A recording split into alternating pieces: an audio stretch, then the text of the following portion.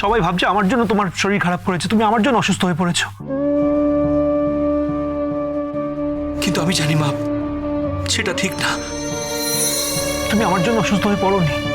কিন্তু সবাই যখন ভাবছে, ঠিক আছে তুমি তাও ওষুধটা খেয়ে নাও মা, প্লিজ প্লিজ ওষুধটা খেয়ে নাও। খালি পেটে ওষুধ খাবে?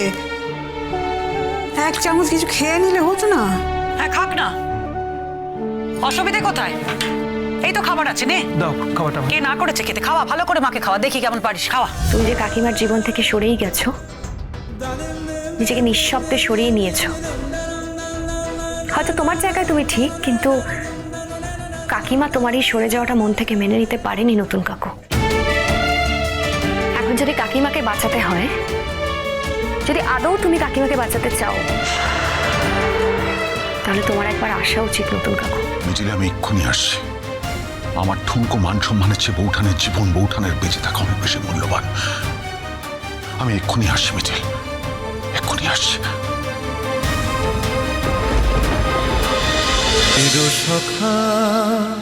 চিরসখা সোম থেকে রবি প্রতিদিন রাত ৯টায় স্টার জলসায় ও জিও হটস্টারে।